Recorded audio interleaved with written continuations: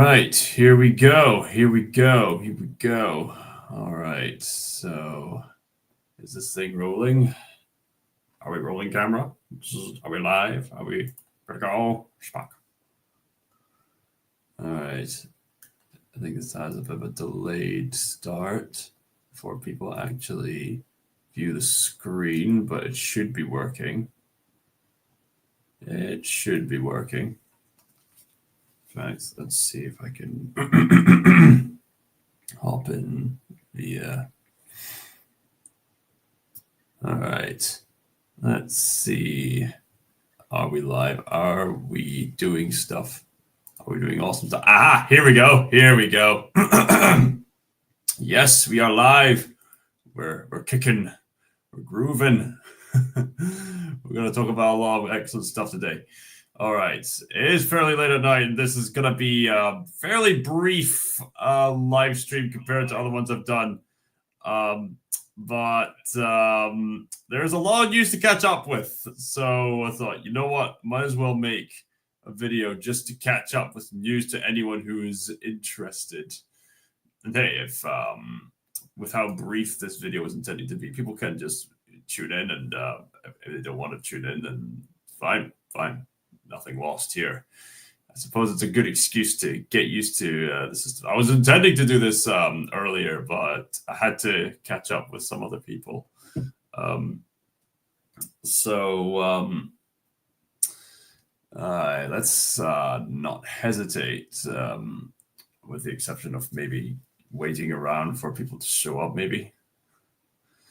Well, we've already gotten a few likes here, so I was just watching a friend of mine play the Monster Hunter Wilds game. It looks like a lot of fun. I'd be pretty keen to get it sometime. That would be really cool to get. Anyway, I think more people are starting to join in, so let's not hesitate. Let's jump right into action. So I just wanted to say I managed to take the time to watch the Attack on Titan: The Last Attack movie, which is basically a compilation movie combining all the last 5 special finale episodes of the entire Attack on Titan season and compiling them all into this one movie. And I was convinced that there was a few other additional scenes other than the post-credit scene, but my friend Squid Bear had to correct me by saying, no, there isn't actually any new scenes. It's just refined details, like the equivalent of what you see on the TV to what you'd see on the Blu-ray. Because typically with Blu-ray quality anime, they usually have more time to patch up and fix and refine certain animation details. Certainly I've noticed that throughout season 4 rather, throughout the 4th season of Attack on Titan on Blu-ray, details like Eren's facial structure and stuff like that was fixed, whereas in the original TV run, for whatever reason, Eren's face seemed a bit more puffed up and baby-like. Like I understand that Eren was kind of out of round face in his younger days, but at the same time, it looked kind of weird in season 4. But here, I could definitely say, yeah, it definitely looks like he's matured, like Isayama intended him to be. So at least we got the satisfaction of having that. Other than those refined details, and of course the sheer entertainment quality of seeing the whole spectacle on the big screen, there really isn't anything to say that's new or surprising to anyone who's already seen the Attack on Titan finale. I've even made a video a while back of me and a few two friends of mine just reacting to the finale of the entire Attack on Titan series. I've had my mixed response, and there's a few other details I've had to be corrected about. Like, for example, I thought that the romantic interest between Armin and Annie kind of came out of nowhere. I mean, I sense it was kind of well developed, the fact that it was a growing thing, but at the same time, I thought it seems kind of rushed. But Squidbear corrected me by saying, actually, this was foreshadowed. This was actually foreshadowed in the first season and some other parts. You just weren't paying attention. But at the same time, I think, what hints were there in the first season? I mean, as far as I'm aware, Armin seemed a bit too young for Annie at that time, and there was more of a focus on military training rather than relationships and stuff like that. So maybe just at least one other scene or even just a few seconds somewhere where Armin's thinking about Annie in some way. I think maybe that would have helped in a previous season, or even just previous seasons. It still needed more development. I think that relationship definitely needed more development. But yeah, I get it. Like sometimes people just grow romantic feelings towards each other, and that's a thing that happens. So yeah, I can understand that. It could have been a bit more developed, and there was a few other bits that I thought, that wasn't really made altogether clear to me. I thought there was some odd choices for filmmaking at certain segments. And not to mention, even with the fixed details, I think there's going to be some people who will still have some mixed feelings about the way that the series ends, implying that the whole thing is going to repeat over and over again. And Simon the Tsunami Daniel says, greetings! Ahaha! Simon the Tsunami Daniel says, good riddance for Kathleen Kennedy. Ah, yes. We'll get to that. We will get to that, my friend. It'll be glorious. I'm so glad you've joined me. Welcome. Welcome. So, I'll just round up my thoughts on Attack on Titan, The Last Attack. With Attack on Titan, The Last Attack, it was definitely great to see the whole spectacle, all the stuff like that. But there can be a few glaring issues depending on how you're approaching the story. I guess the overall presentation of Attack on Titan, The Last Attack will make more thematic sense if you approach this as a story about flawed human beings combating other flawed human beings. And Far says, you're alive too? Challenge accepted. I'm watching wrestling rock and NASCAR.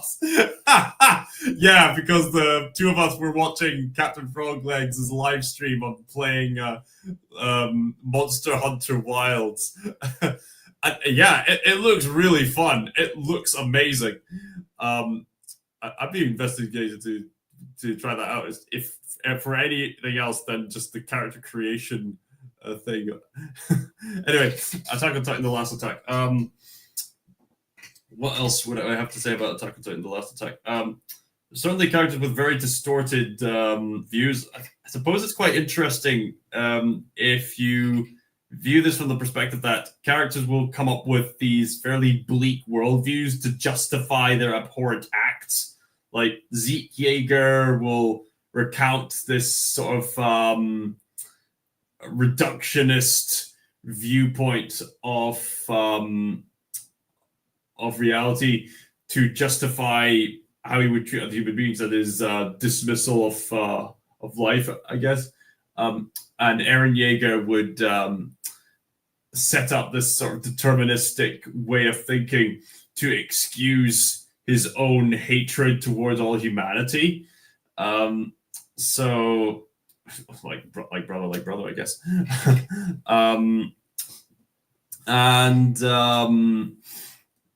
What else is there to say about Attack on Titan, The Last Attack? So there's definitely a lot of spectacle. There's so many themes of life, death, survival. The Nietzschean theme of the cycle of violence is definitely at play in this particular movie. And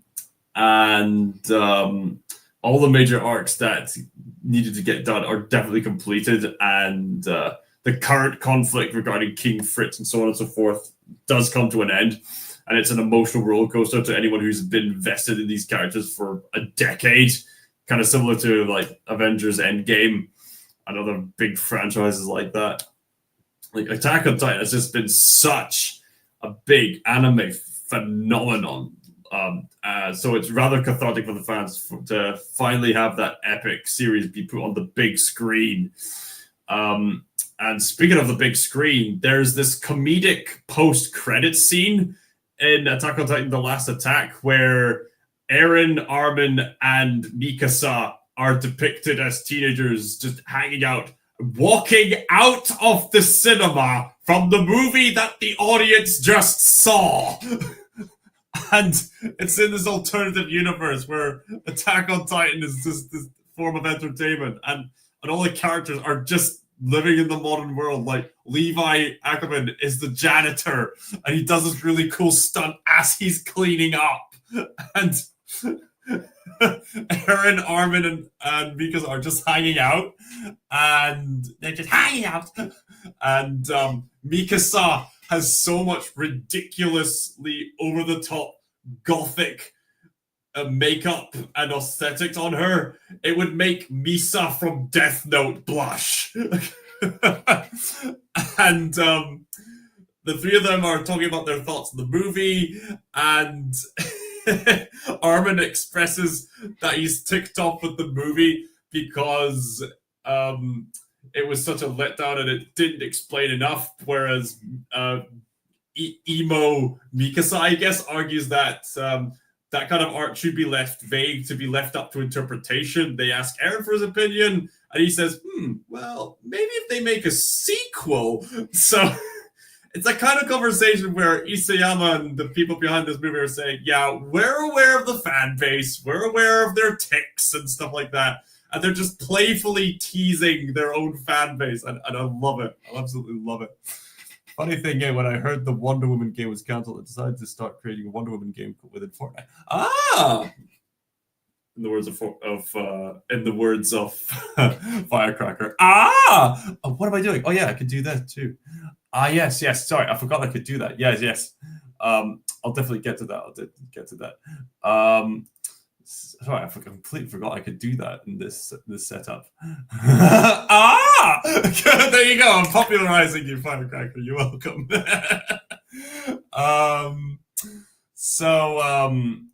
Okay, just round up my thoughts on Attack on Titan: The Last Attack.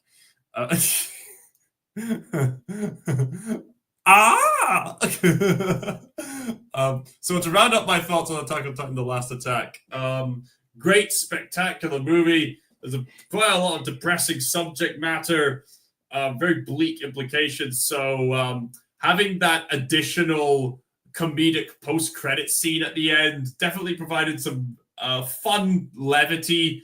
And the post-credit scene, it's got nothing to do with the main plot. It's just a one-off joke thing.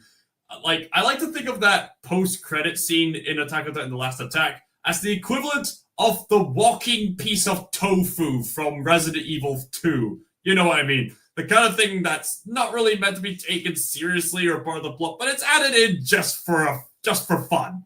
You know, that kind of thing. I'll get to that in a moment. I'm a bit disappointed that the Attack on Titan: Last Attack didn't have the opportunity to have added just a few more additional scenes, because I would have sworn there were a few additional scenes in regards to character exchanges or the way characters suffer and stuff like that. But it's been a while since I've seen those episodes, and Brooks told me that there were no other additional scenes. But I could have sworn there were. Like a scene with Eren talking to this one blonde lady about the implications of the rumbling, or just I would have thought there would have been some other ones. Philip Chandler, fantastic. Hi there. Okay, I'm gonna round things up. Attack on Titan: The Last Attack, great movie, pretty much the AOT equivalent of End of Evangelion. The post-credit scene is hilarious and fun.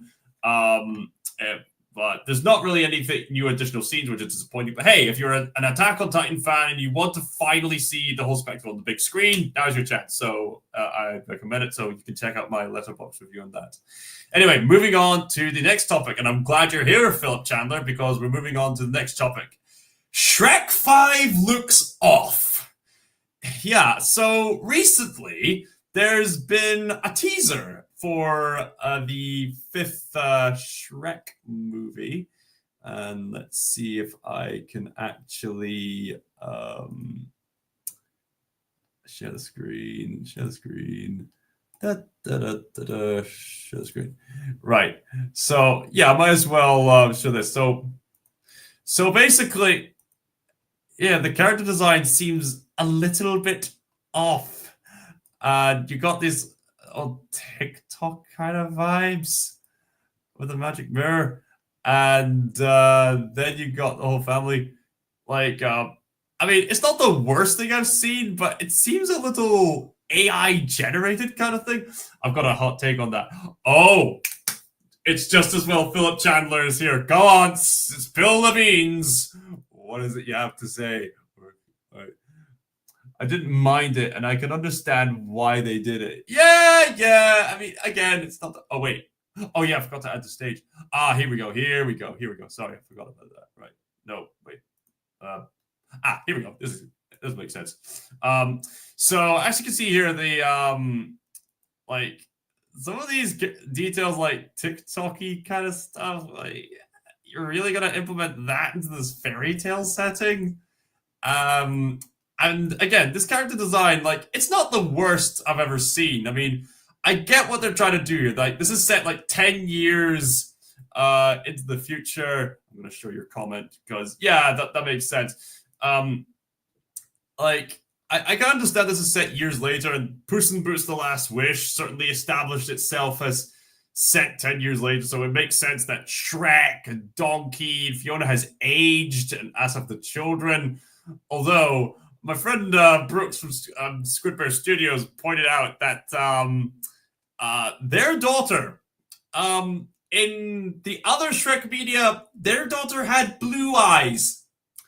And this daughter has hazily brown eyes. And the two of us were talking, and we thought this could only lead to a few explanations. Either she has magical contact lenses, or she had something magical happen to her, or she's adopted, or my friend Squid Bear thought, or because they're ogres now and they like eat their young and then they have their children compete with like survival of the fittest kind of thing. That's why she looks so different with her eye color. There's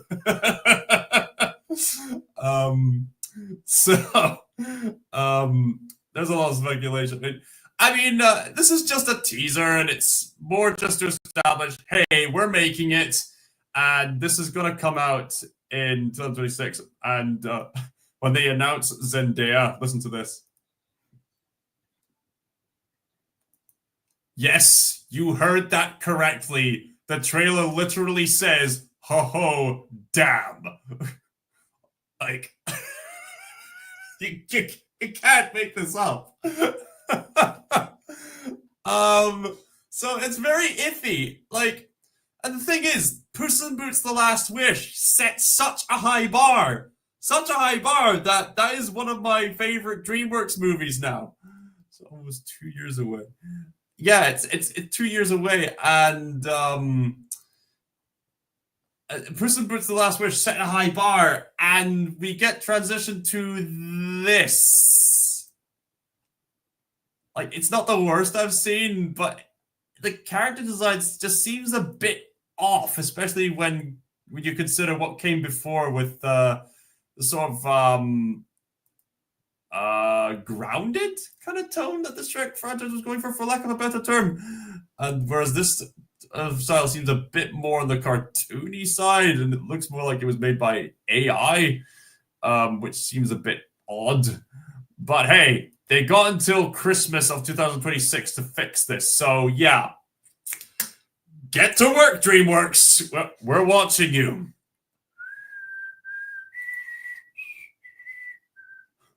And so on and so forth. Let's move on to the next topic. I had a banner up, but I might as well have this up instead. Okay, so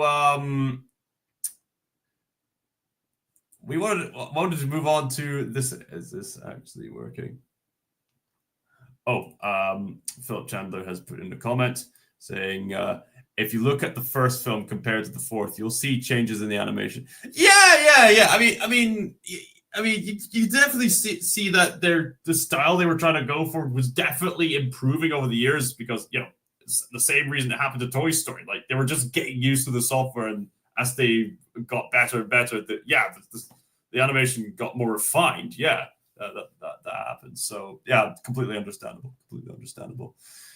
I guess they're going for something more stylized. It would have been cool to have Shrek 5 have the visual style of Puss in Boots: The Last Wish. That would have been really cool, but we'll see. I mean, they might have time to fix it. It was just a teaser. They might pull off a Sonic the Hedgehog and completely tweak it up. I guess there are a few more red flags because Zendaya is in it, and people are saying she's a mediocre actress who's only in it just to get popularity points. But, it could be good. It could be. We'll wait and see. Anyway, so Kathleen Kennedy, is she retiring? So, as you know, Kathleen Kennedy was the producer role for Lucasfilm for quite a long time. And so when George Lucas was showing that she was aging, he gave the rights to Lucasfilm to the Disney company, and Kathleen Kennedy took over as the main head honcho, as it were, the main leader. However, as you very well know, Kathleen Kennedy was solely responsible for a lot of lackluster content for the Star Wars series. Pardon me. There were a few victories in there, like Star Wars Rogue One and so on and so forth. But other than that, she has become like the very symbol of everything people hate about woke entertainment. And it is such a shame because she had the potential to learn from George Lucas about like hero's journey structure and so on and so forth. She stayed at Lucasfilm for longer than usual, and people are saying that her greatest legacy is that South Park made fun of her. That's her greatest achievement. It's kind of sad in a way, but at the same time, where people are rejoicing that someone who ruined the legacy of Lucasfilm, it's finally leaving. Although it's a bit iffy as to whether she's actually leaving or not. All we know is that she's announced that she's retiring, and sooner or later, she's going to leave. And people are rejoicing at that. So, yeah, just thought I'd want to catch you up on that. Next bit of news. Warner Brothers closes down Monolith Productions, and the Wonder Woman video game has been cancelled. So, yeah, Monolith is the video game company who was responsible for making the beloved Shadow of Mordor games. You might recall I did a live stream of Shadow of Mordor a while back when I was around about the time when I was critiquing Rings of Power. Monolith was a Warner Brothers related studio, and there was originally going to be this game that was going to be some kind of hybrid between the Batman Arkham games and the Shadow of Mordor games, which would have been awesome. But unfortunately, due to the recent reputation of Warner Brothers games, like their financial milking and exploitation with multiverses and the woke schlock that was Suicide Squad Kill the Justice League, the Warner Brothers' reputation has been very tainted, unfortunately. And I think that's led to the shutdown of Monolith. So that's sad to hear. But on the bright side of something gaming related, apparently there's this mod called Team Fortress 2 Classic. I'm bringing up the article. Yep.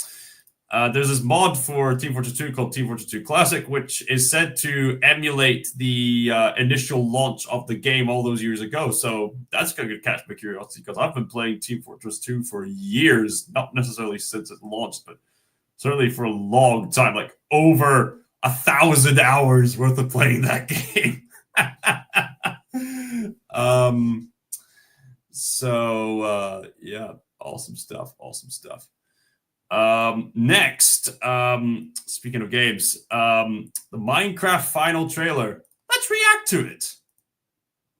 Oh, now you see, here's the birds and the bees in Minecraft logic. Two parents really lovey-dovey love each other, and poof, child appears.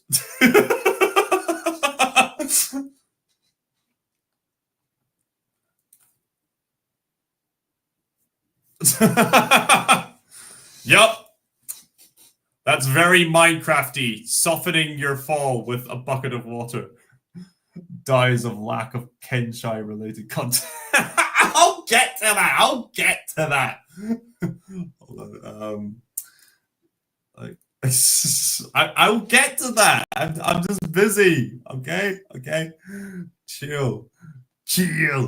Where was that one comment I saw?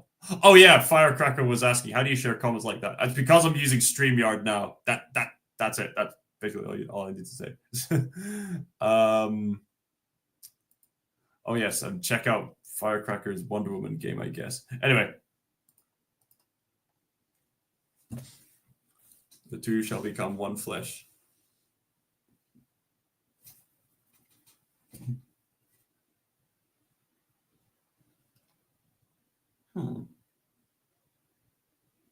Pig sheep. We're talking sheep. I can talk sheep.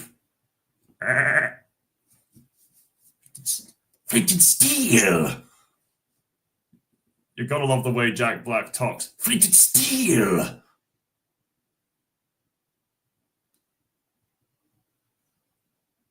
They hate creativity. So Steve opened the gates to the Netherrealm, and now those pigs are being released.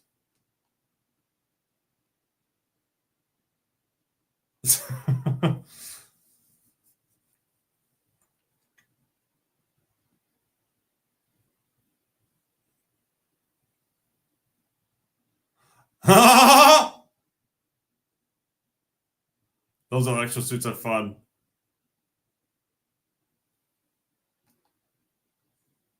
Redstone.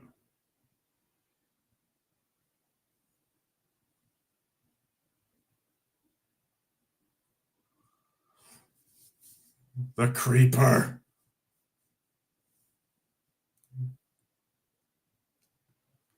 Welcome to Minecraft, dearie. Golems. Golems are awesome.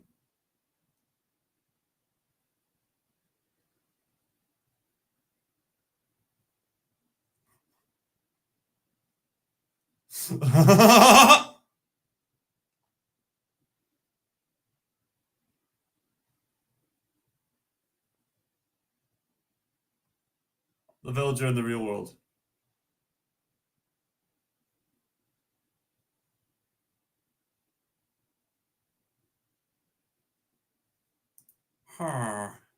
Right.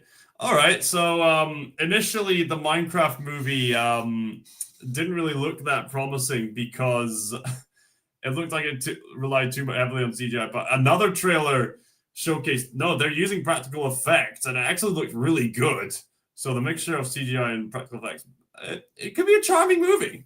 It just had a rough first impression, but we'll wait and see by April how it turns out. Let's see, the next thing to talk about.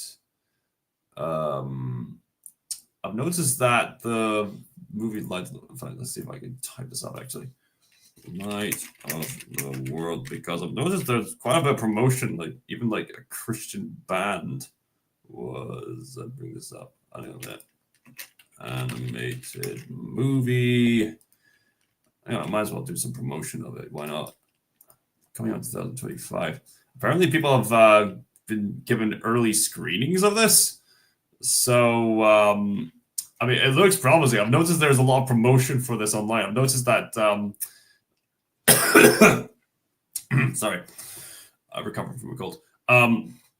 notice there's an increase of these shorts and these video footage of like the directors, some of whom have actually worked at Disney formerly, talking openly about their passion for the content of this movie and what that implies and their intended goal with this movie. Very noble stuff. I'm looking forward to seeing this movie. What else is there to see? Let's see. Also, just give me a moment whilst I go get stuff sorted out. Feel free to talk amongst yourselves in the comments down below whilst I look for stuff. Let's see.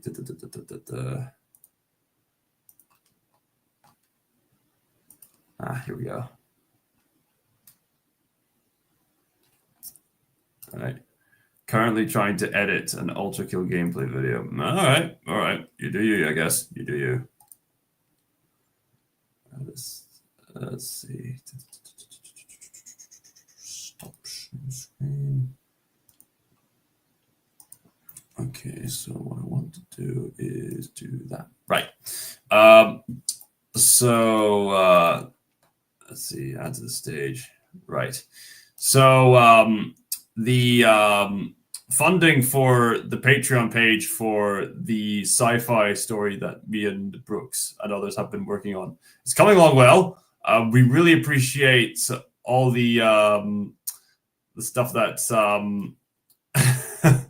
all the stuff that you provide. So every bit of coinage is very much appreciated. And we need some elevator music.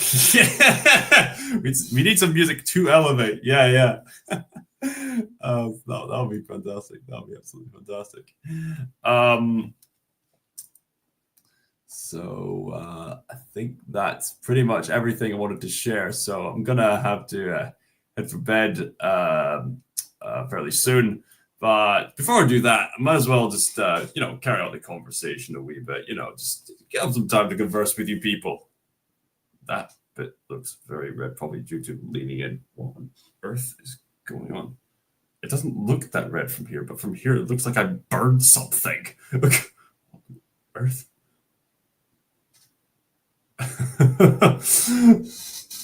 Do I need a doctor? Do I need a doctor, anybody? Is there a doctor in the house? Let's see. Oh yeah, isn't it almost 3 a.m. there? Yep. I stayed up for you people. The original plan was to have this recording made this live stream made like several hours ago, but I was caught up with catching up with some other people. Honestly, people just going back and forth between different live streams. Honestly, and it's been quite the time. And people probably wondering, I almost didn't get the opportunity to even see the Attack on Titan Last Attack movie. Sleep schedule murdered. So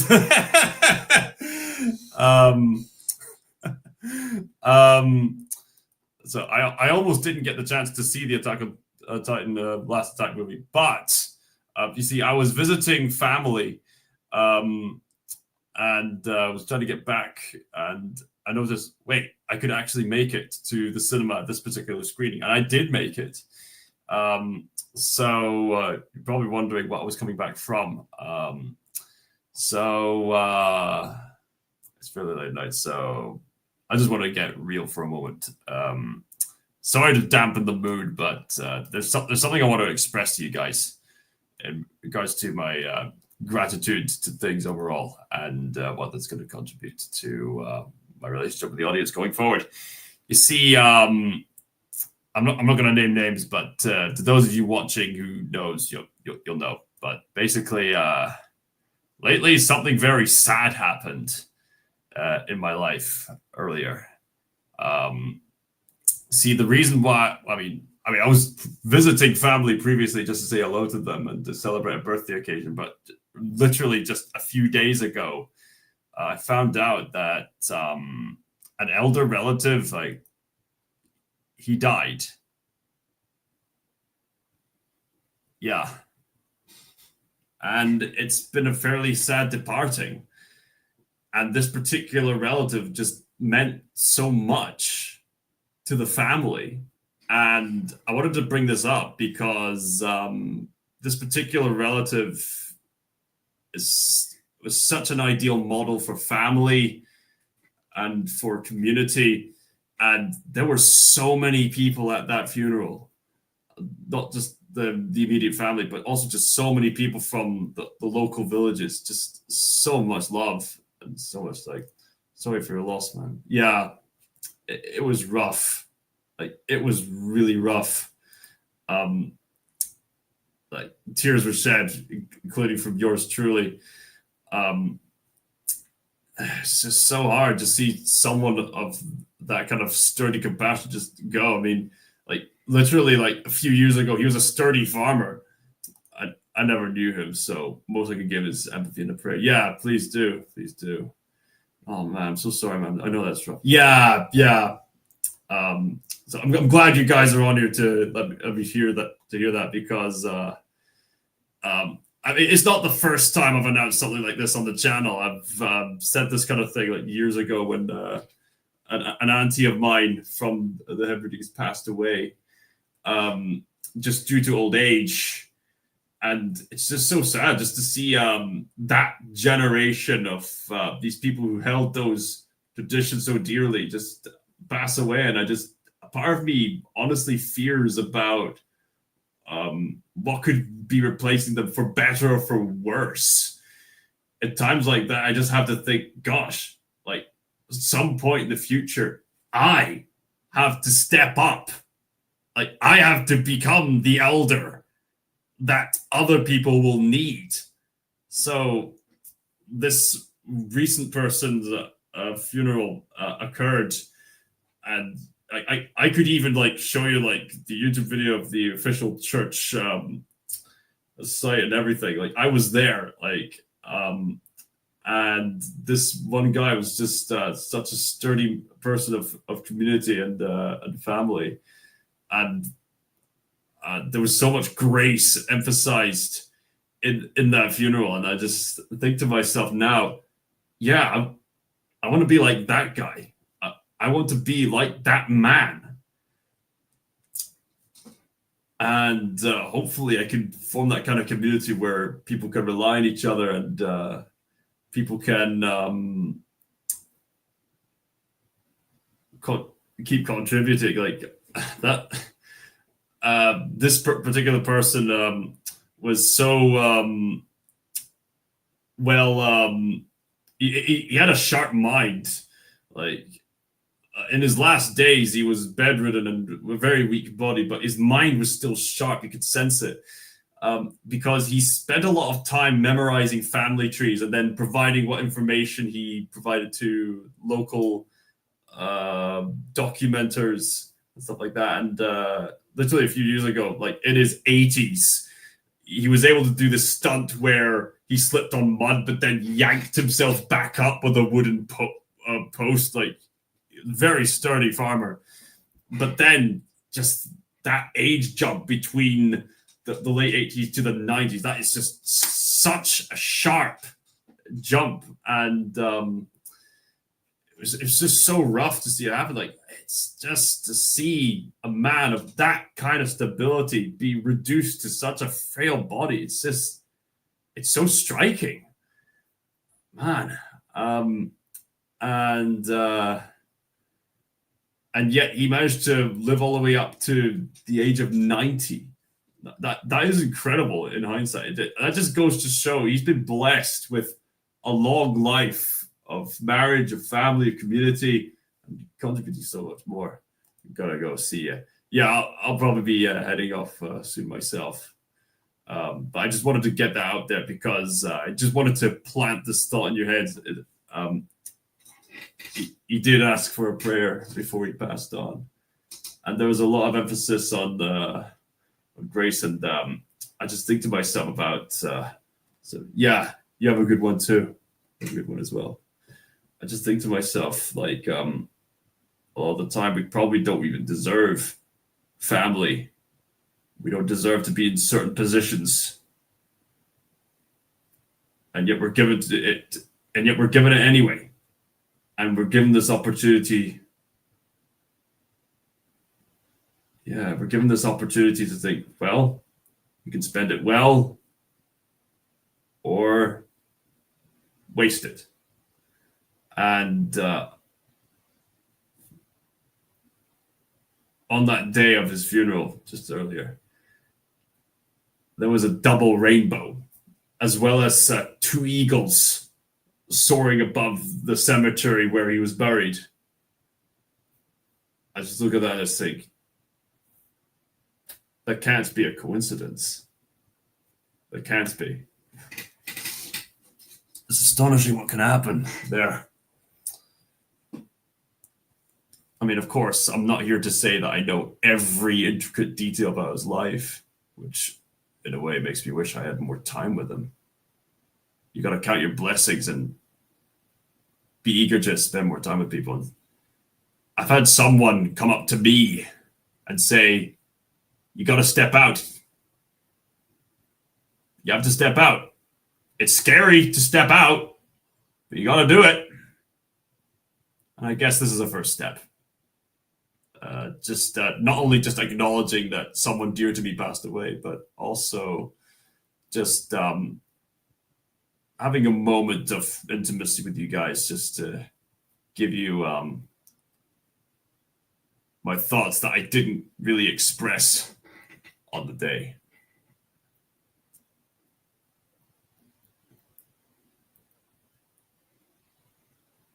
It'd be great to be like him.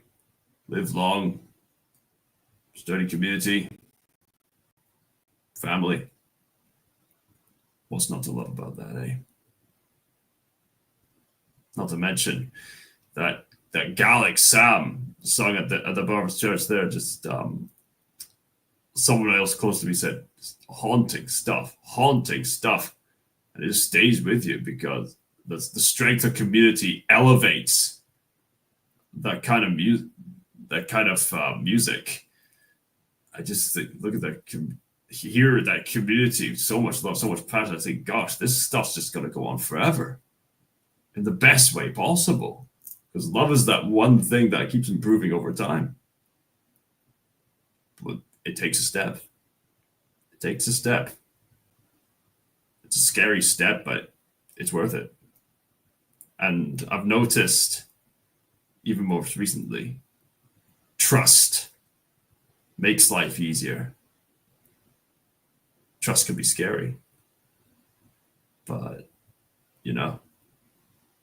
once you learn to trust, learn to love, yeah, it makes life a lot easier. I'll leave you with that to ponder on. You're all loved, and that love goes on forever. Believe that. All right. Sorry if that brought down an otherwise cheery mood for you, but I just wanted to get that out there because that was something rather personal to me. So thank you all so much for catching up with the news with me. And thank you all so much for supporting my channel. I'm so glad about the positive feedback I got from my Team Ico related videos. And all the content I've been putting out there. And yes, there will be more coming. And there's more projects on the go. But even still, I'm reminded I need to focus more on love and community, more so than the actual work itself.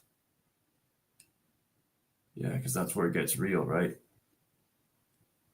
When you put yourself out there, there's less of an emphasis on, oh, look at me. And there's more of an emphasis on, here I am. Do you welcome me? Makes you think, doesn't it? Yeah. I'll leave you with that. Scott Stinker signing out. Good night, everyone.